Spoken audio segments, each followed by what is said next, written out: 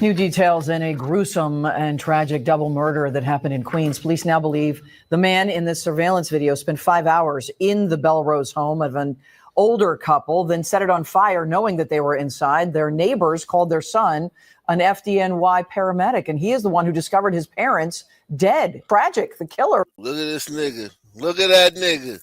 That's a nigga. A big, tall, lanky, old nigga. Burn them two people up. Listen, man. This story need to go viral. I've been doing these stories for all this time, man. I'm glad to see that everybody's starting to get on these stories. I've done 20,000 of these stories since I've been on YouTube. I'm happy to see that it's a wave now. Everybody's starting to do this type of content. It's like watching your little babies grow up and shit.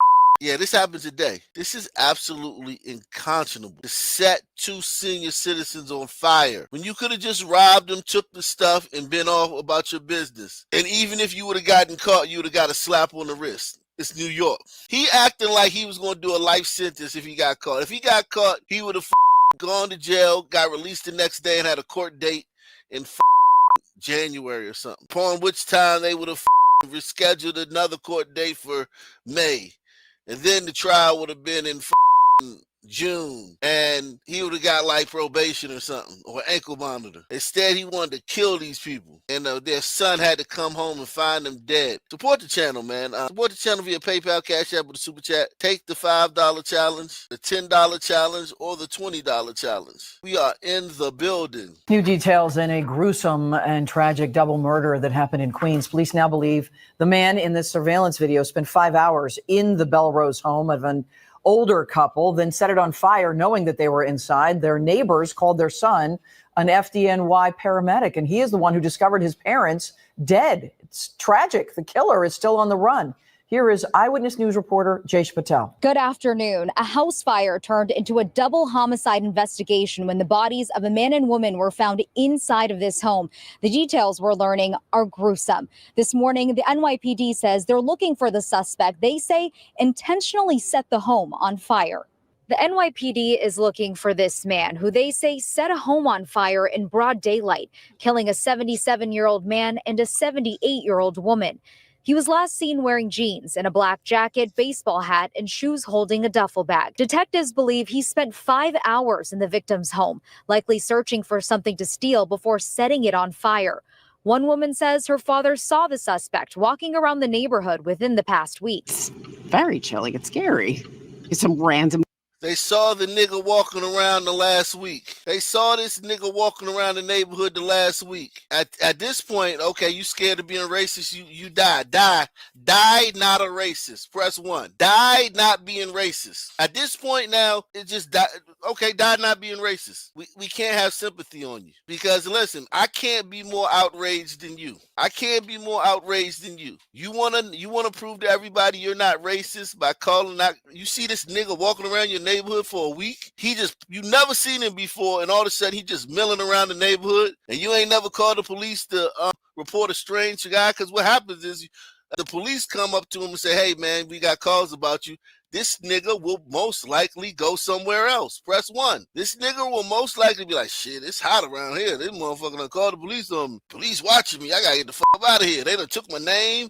Because the police gonna ask him for his ID, and they gonna copy down his information. Even if they don't arrest him. Just for the stop, just because they got a call about a suspicious person, the police gonna take down his information. And that's gonna make him be like, "Shit, I can get the fuck out of here, man. I ain't coming around here no more." But I'm sure they didn't want to seem racist. They were like, "Hey, man, that's racist. That's racist."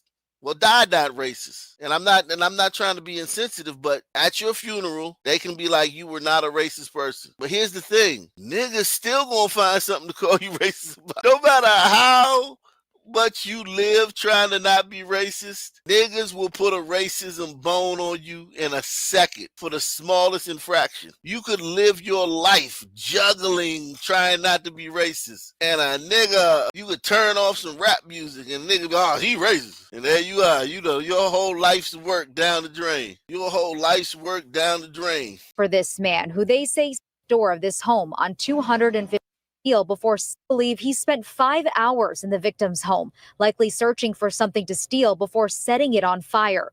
One woman says her father saw the suspect walking around the neighborhood within the past week. It's very chilling. It's scary. Some random guy walking down the street setting fire to older people. Anybody for that matter. Neighbors have been reporting the suspect was knocking on doors asking for a phone charger. Detectives say they have surveillance video that shows the suspect knocking on the back door of this home on 254th Street and 87th Drive. The 77-year-old victim apparently opened the door and let the suspect in yesterday morning. That same surveillance. Jesus Christ. Holy moly. The suspect knocking on the back door of this home on 254th Street and 87th Drive. The 77-year-old victim apparently opened the door and let the suspect in yesterday morning. That same surveillance video shows the suspect leaving the home around 3 p.m. shortly before the house went up in flames. Neighbors called the victim's son an FDNY paramedic who was off duty at the time. This morning, neighbors have left candles and flowers in front of the burned home. The nicest neighbors you could ever ask for. My daughter just brought up, remember when they came out, when the essential workers at 7 o'clock, during COVID, they were out with us, and it was, he would always wave to us. Just this past weekend, he waved to us, and, it's sad. Police say the 77-year-old man was tied up in the basement with trauma to his body. His 78-year-old housebound wife was located on the first floor of the home. Both appear to have been set on fire. Some neighbors in the area say the man and woman lived in the home for at least 40 years. Some are in disbelief that something so sinister happened so close to their own home. We saw the helicopters and everything, and we reached out immediately, walking around and seeing what could have happened. So we don't know who this person is, and I hope justice prevails quickly. This is still an ongoing investigation. The names of those victims have not been released yet. In Belrose, Queens, Jaysha Patel, Channel 7 Eyewitness. Jaysha Patel. I'm Gilma Avalos. And I'm Adam Cooperstein. A Long Island man's luck quickly turned into terror. He won big at a casino and then got ambushed in the parking lot. Thankfully, two bystanders saw the entire thing, jumped in to help the 71-year-old man. News 4's 71-year-old man, we know who did this. Whenever it's a senior, bet on black. Trust me. Whenever it's a senior, bet on black. Greg Sergel is live at Jake's 58 in Islandia, where that robbery went down. Greg? Well, Gilma and Adam, as you guys said, it started out as a pretty good day for this unidentified 71-year-old victim. Suffolk police say he won a large cash payout here at Jake's 58. The exact amount is still unclear. But as you said, as the man was walking to his car in the middle of the afternoon, someone tried to steal that money. The alleged thief, prosecutors say, was a complete stranger, possibly someone who was watching the victim from inside the casino. 24-year-old Aaron Hayes faced a judge today, pleading not guilty to a third-degree robbery charge. Now, because that charge is not bail eligible, Hayes walked free today under what officials call a supervised release. Hayes has no prior criminal record. Neither he nor his lawyer would comment today. But according to the case's criminal complaint document, Hayes confronted the victim outside the casino and actually ripped the pockets from the victim's. He's already back on the street. He did that, and he's already back on the street. You have to listen very closely. He's already been released. This happened last night, and he's already free. The afternoon, someone tried to steal that money. The alleged thief, prosecutors say, was a complete stranger, possibly someone who was watching the victim from inside the casino. 24-year-old Aaron Hayes faced a judge today, pleading not guilty to a third-degree robbery charge.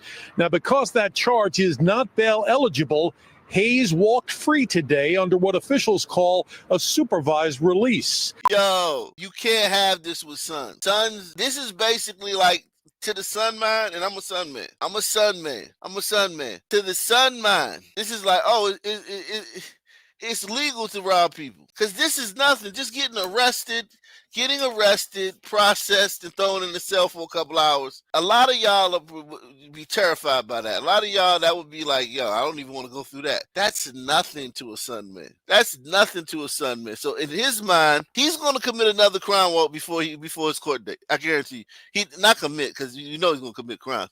He's going to be arrested for another crime before his court date. I promise you. Yeah, shit's sweet.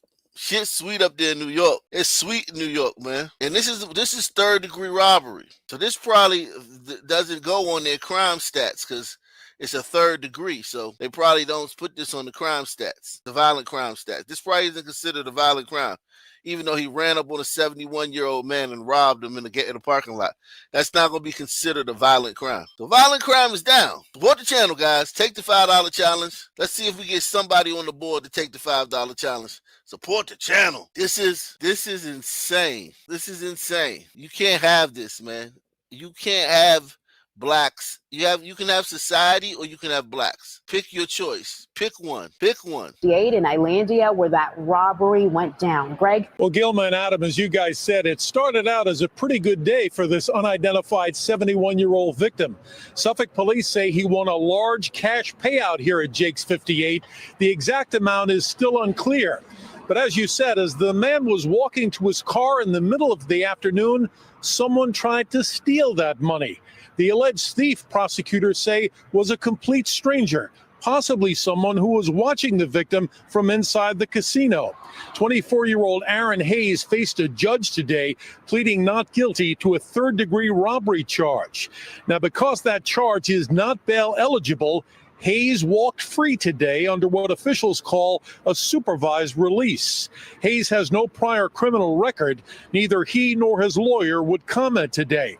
But according to the case's criminal complaint document, Hayes confronted the victim outside the casino and actually ripped the pockets from the victim's jacket, stealing $30. When he realized that was all he got, he allegedly tackled the unidentified 71-year-old. That's when police say two Good Samaritans stepped in and Hayes ran off. He was arrested later at his home. Casino patrons told me today they were shaken by this incident, but for the most part, feel safe here. They provide security if you want. So anyone who's going out with that much money, I think you should request for someone to walk with you. I think it's smart if you win, don't walk out with all that cash. Have them take you to your car. Now, Suffolk OTB owns Jake's 58, and the organization's president released a statement today saying the safety of our patrons is our highest priority.